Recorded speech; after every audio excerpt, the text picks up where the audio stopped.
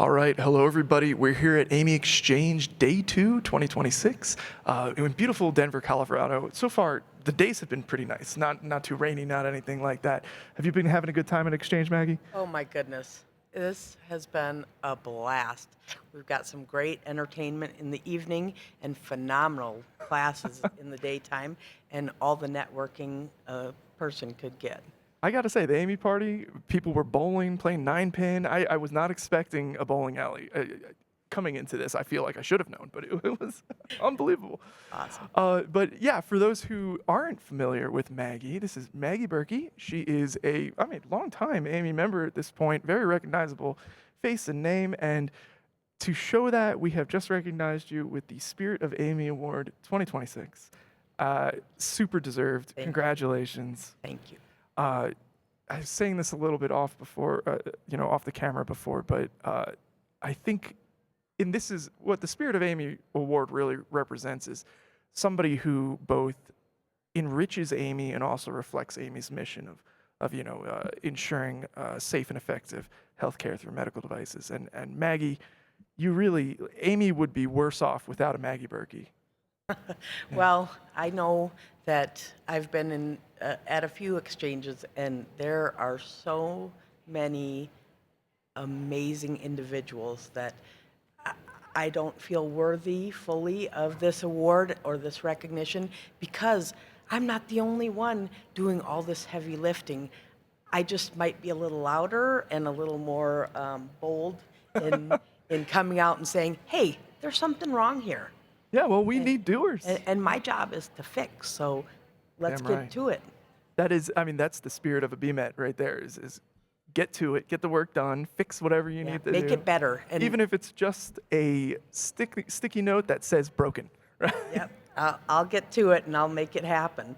And I will tell you that has been very beneficial for my career. Just looking for solutions. I hate when we focus on the problem and don't even attempt to navigate a solution. Right. Yeah, that makes sense.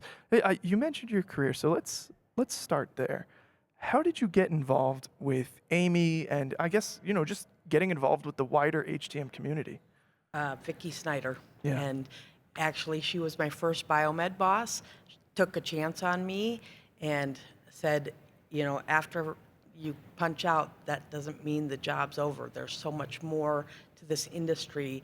The local school, I think, is where she first pointed me to the advisory board, and then said, you must get involved with our local association, North Central Biomed Association. And then she gave us an opportunity to be involved at AAMI, and I jumped at it. It was at Future Forum 3, and that was really when I said, hey, AAMI's really trying to do some good stuff for our future. Yeah. I want to be a part of that. So Future Forum 3, that's before my time. So I am curious what kind of jumped out at you there saying, oh, this is what I want to be involved in, this is what I want to push forward, because you have helped us put a lot of really important agendas forward. The one I can point out right away is the apprenticeship program, the BMET apprenticeship program. But I'm curious where you started with all that. Well, I remember that Future Forum, we talked a lot about the lack of training, the lack of, Okay. the pipeline challenge, the consistency in training, just the fact that this is such a unique field that people don't even know our name. Yeah.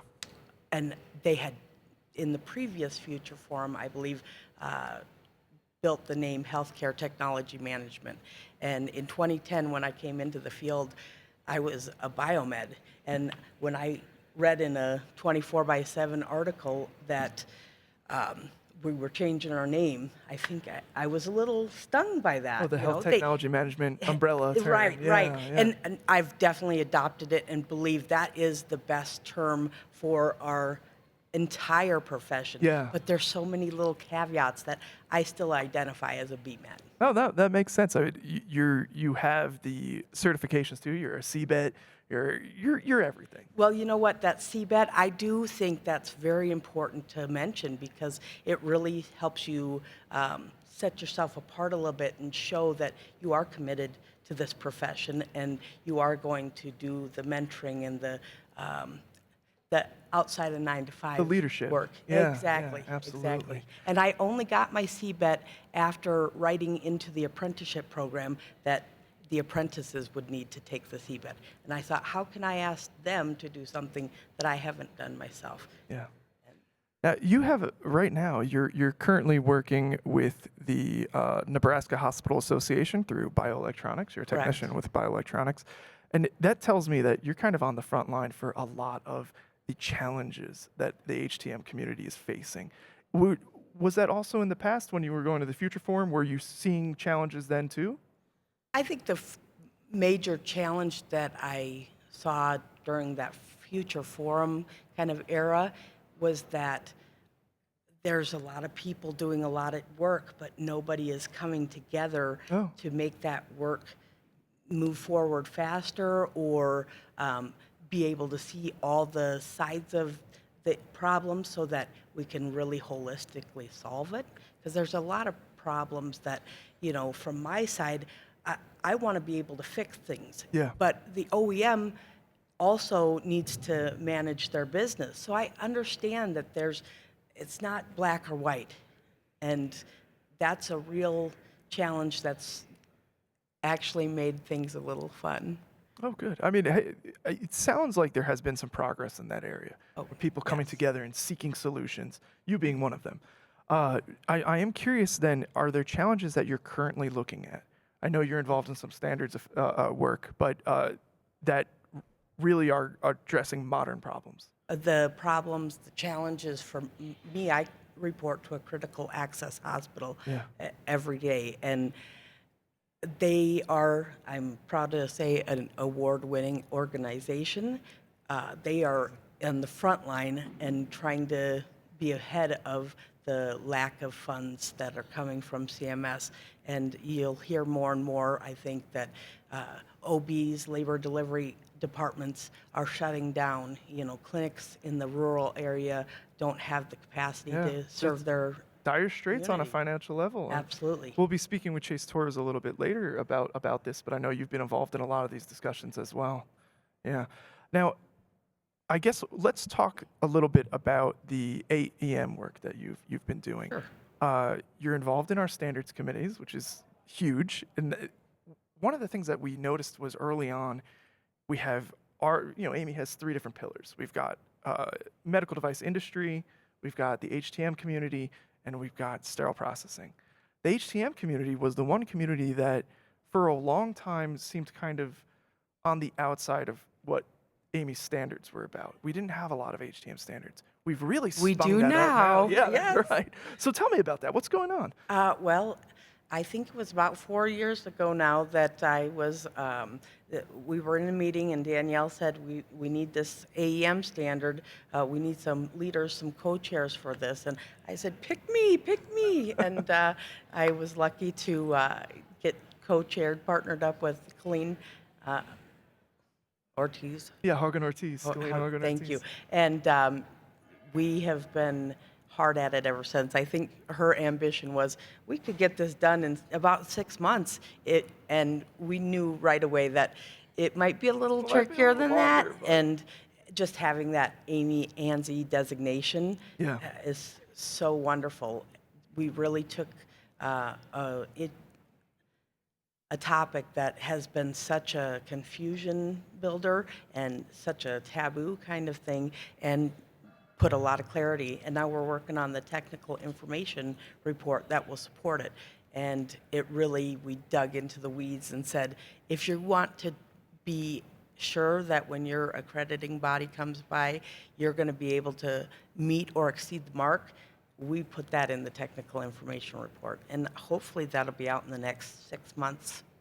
Fantastic. I mean, for those who are curious more about this, I know I spoke to you and Colleen last year at AAMI Exchange Yes. about that entire project. Honestly, a record-setting standard in how fast they got it out the door, how much it's been adopted. We're very excited. Us about ladies this one. don't mess around. Oh, that's right. It's the spirit of AAMI. That's what it is. You guys, it reflects it really well. I'm curious, is there anything else that you want to highlight on your side, something that you're working on now, or people that you want to bring attention to? Training. Yeah. I'm in the desert, right in the middle of nowhere, USA, and there's no training programs for about 6 hours in any direction. Yeah. And I want to affect some change there. It's worth mentioning, Maggie was the kind of, I guess you were the innovator, the mind behind our BMET apprenticeship program that is now recognized by the Department of Labor. We're very happy about that. But that program really is about building those training pipelines. Amen. Yeah. That's exactly right. And honestly, that all was born from my time at the University of Minnesota Medical Center. We had interns that were graduates from local programs. Oh, great. And before my time, they would get stuck maybe in a room with a bunch of boxes to unbox and maybe put tags on them. And they kind of got a little pigeonholed at Yeah, sometimes. sounds like they're just And so doing- me and Vicki and I believe Holly Coleman started writing, okay, well, when our interns come to us, we will make sure they get this, and this, maybe not competency, but exposure. Some hands-on learning. Yeah, exactly. Yeah. It's incredibly valuable. I mean, we also know that there are schools and BMET programs across the country that are closing down. We're losing them left and right. It's frustrating. Call to action here. I'll put a link in the description, but the program exists, the BMET program exists. There will be support from the Department of Labor. There are tax breaks involved with all of this. And if you are a hospital system or even a service provider who is looking for new young blood to learn the ropes, we can help support make that happen. Well, and some people might not be so young, but they might be getting a little bored with their career or seeing that there's more. And healthcare is the place that really is in my heart. I mean, patients, nurses, clinical staff, they're just such, I mean, I love people in general, but nurses have to fix people. That's hard. Doctors try to do miracles. That's hard. Me taking apart a piece of equipment, put it back together, and it works. And I sometimes get the instructions.